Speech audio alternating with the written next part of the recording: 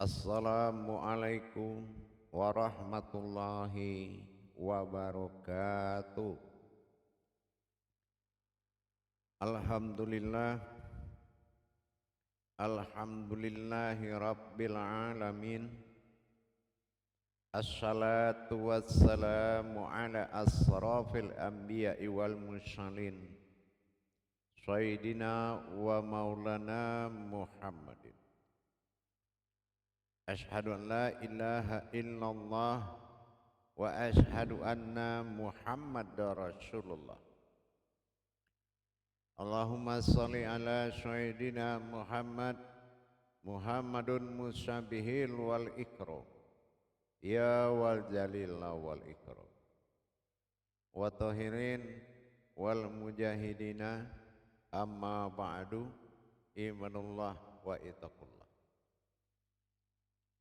Bersyukur kita kehadirat Allah dengan mengucapkan alhamdulillahi rabbil alamin atas segala limpahan karunia, rahmah, hidayah, serta dengan karomahnya kita dapat menjalankan amanahnya beramal dan beribadah, bertolabul ilmi, belajar menuntut ilmu, demi meningkatkan iman dan takwa kita kepada Allah Subhanahu wa ta'ala. Alhamdulillah bertemu lagi dengan saya, Guru Mursyid Syekh Nur Muhammad Buya Irwan Maulana Al-Khalidi, Pasaman, Sumatera Barat. Tentunya dalam rangka meningkatkan ketakwaan kita kepada Allah, perlulah kiranya bertolabul ilmi, belajar menuntut ilmu. Dengan demikian terlepaslah kita dari kemunafikan serta bersifat syirik kepadanya. Alhamdulillah. Dengan kita meningkatkan iman kita kepadanya, hakikat dari perbuatan segala tujuan daripada ibadah, perlulah kita mendalami makna dan tujuan tersebut.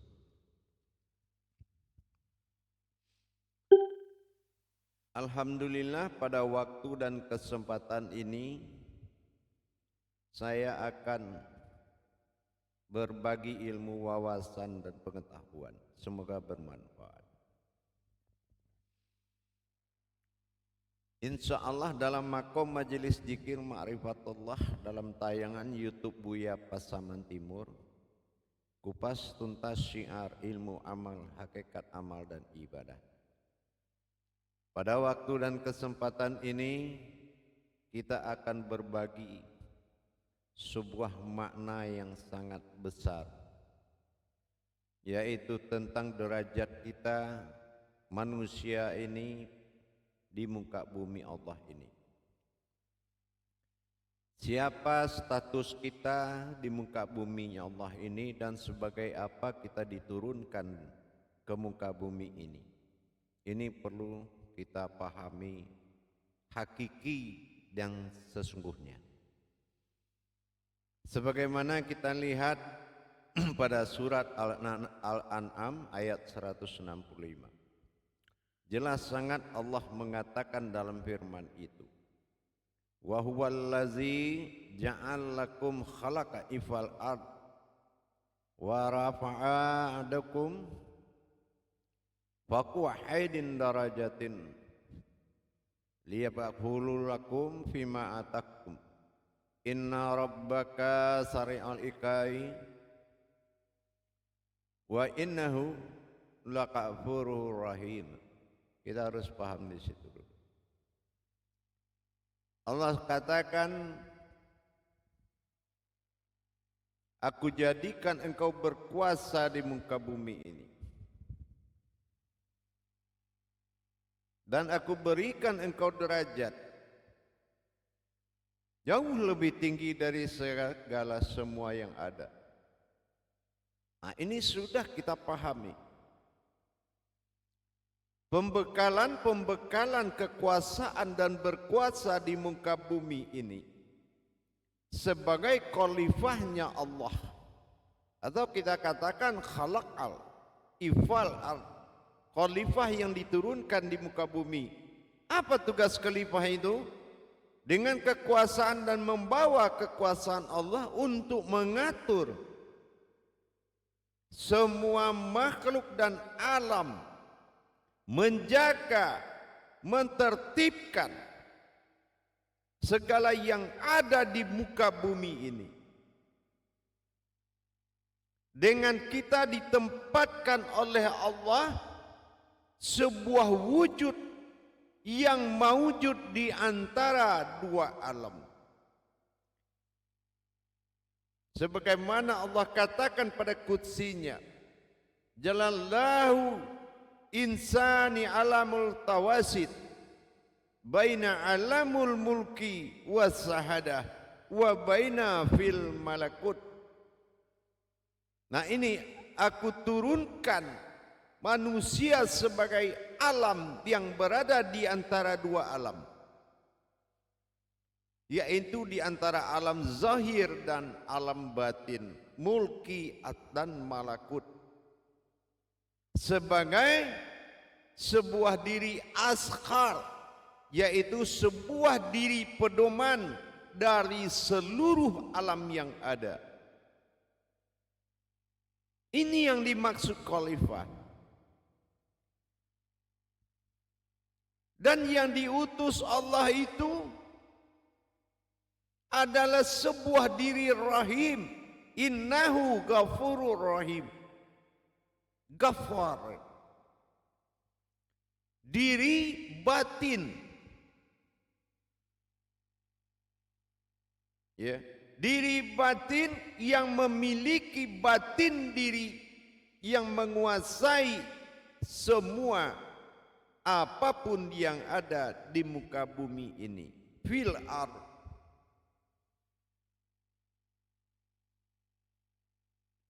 Dengan demikian, tentulah kita melihat seperti apa martabat diri yang akan menguasai dan menjadi penguasa di muka bumi ini sebagai utusan Allah. Tentu kita harus kita pelajari seperti apa diri yang berkuasa yang diberikan kekuasaan itu.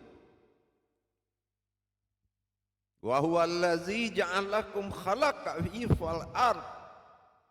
Dan Allah katakan wa rafa'a ba'dakum fawqa ba'idin darajatin, yaitu sebuah darajatin liyahublakum.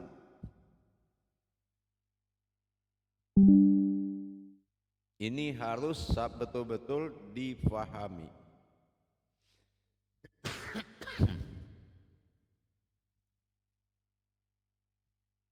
Kalau kita tidak paham sejauh mana Allah memberikan kepercayaan kepada kita sebagai batin tunggalnya, bani babarabakah batin, ini adalah keakuan Allah dalam menyebutkan diri kekuasaannya. Ani,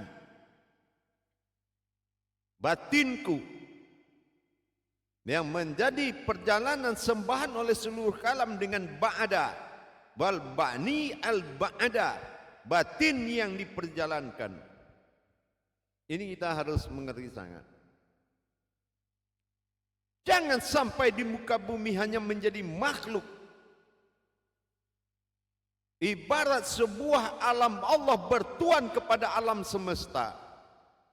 Ini artinya harusnya alam semesta menjadi al-maidah, penghidang alam Allah, khalifah Allah, khalifatul ard.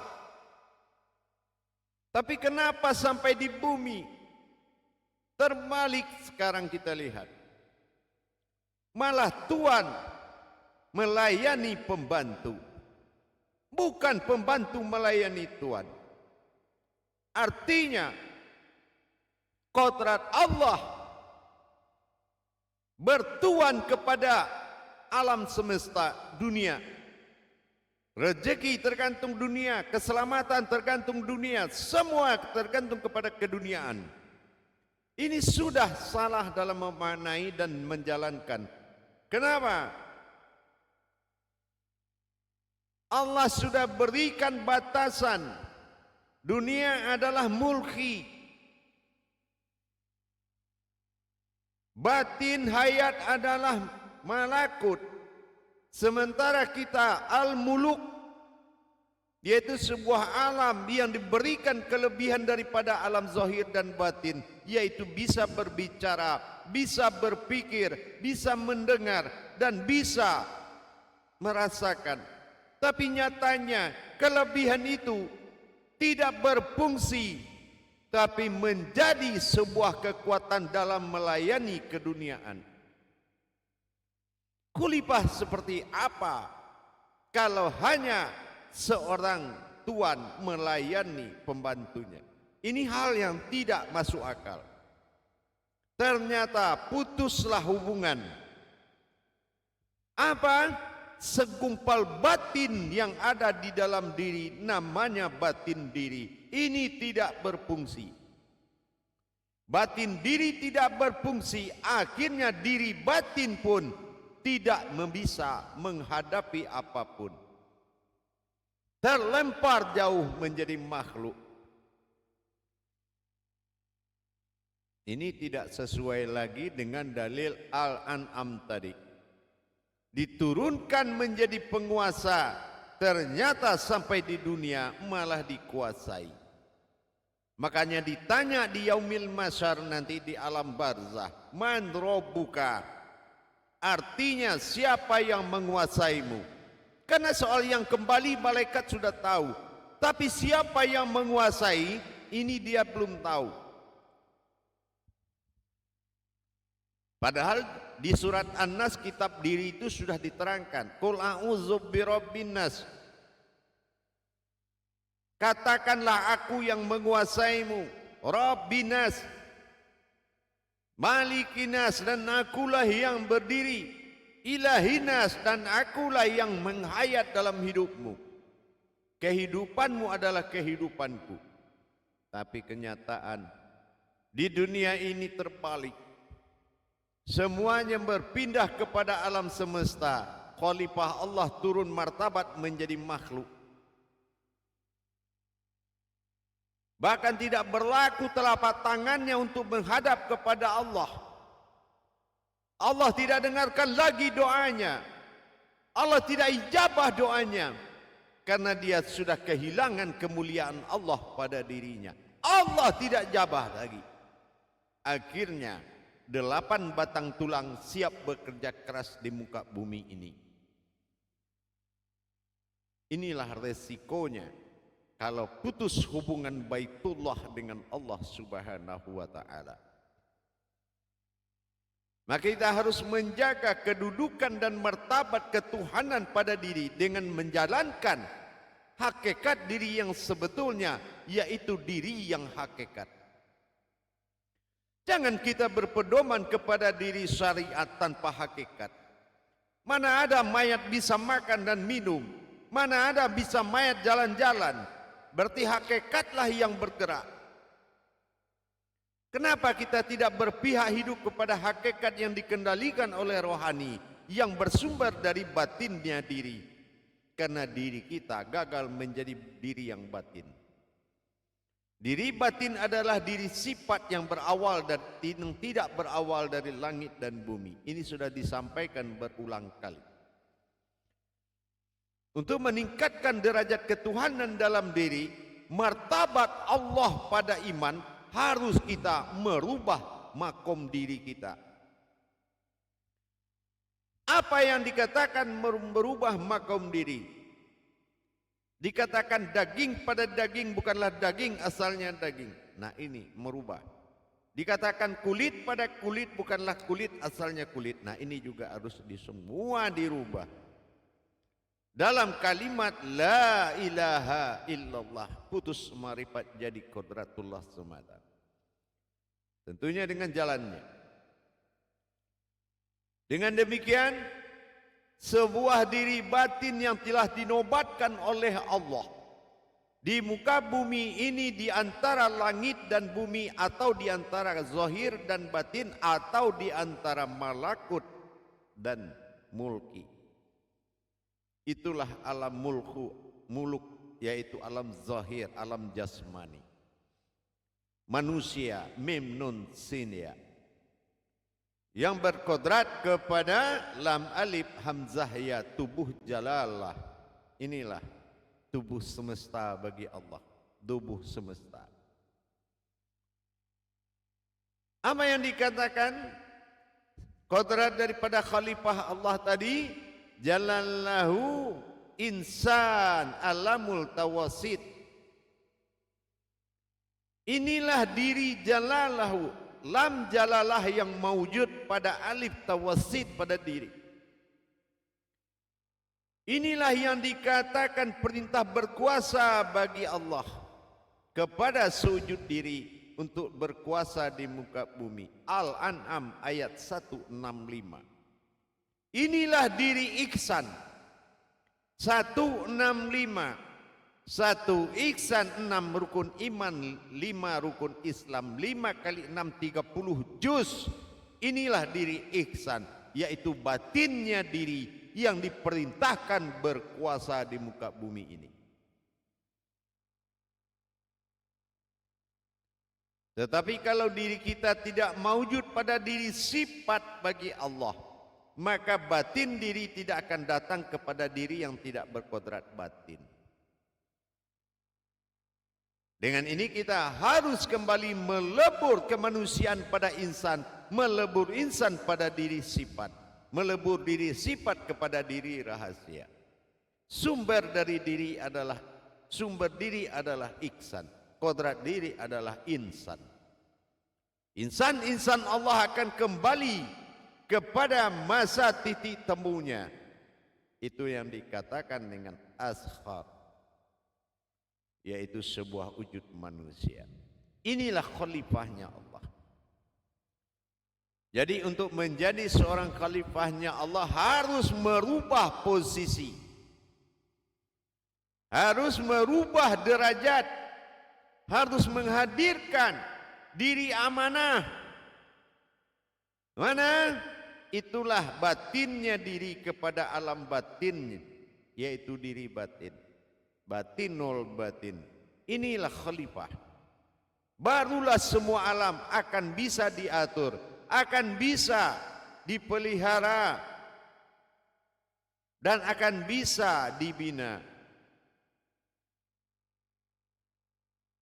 Maka dengan demikian kita wajib melaksanakan perubahan-perubahan hijrah dengan sebenar-benar hijrah. Bukan hajarah, tapi hijrah. Bagaimana kita bisa hijrah menuju derajat kemuliaan kepada Allah? Tentu dengan mendapatkan diri dalam diri. Kalau bertemu bukanlah diri, tapi sesuatu yang berdiri. Insya Allah. Mari kita tingkatkan derajat sehingga manusia adalah sebuah makom keinsanan Tuhan di balik rahasia diri yang menjadi batinnya diri. Insya Allah selalu tingkatkan iman dan takwa, bercita dan kembalilah kamu kepada fitrah kita yang sebenarnya. Kita kembali kepada fitrah yang sebenarnya adalah sebuah batin tunggalnya Allah yang akan menguasai dan mengatur isi alam ini sebagai khalifah al fil ard, betul-betul menjadi seorang khalifah Allah di muka bumi ini. Insya Allah kehidupan, hidup dan yang menghidupkan menjadi satu kodrat. Insya Allah, mudah-mudahan. Barakallah, mudah-mudahan bermanfaat. Dengan niat yang kuat, belajar dengan sungguh-sungguh, maka kita akan sampai kepada titik temu tersebut. Alhamdulillah, akhirul kalam. Wabillahi taufik wal hidayah. Wassalamualaikum warahmatullahi wabarakatuh.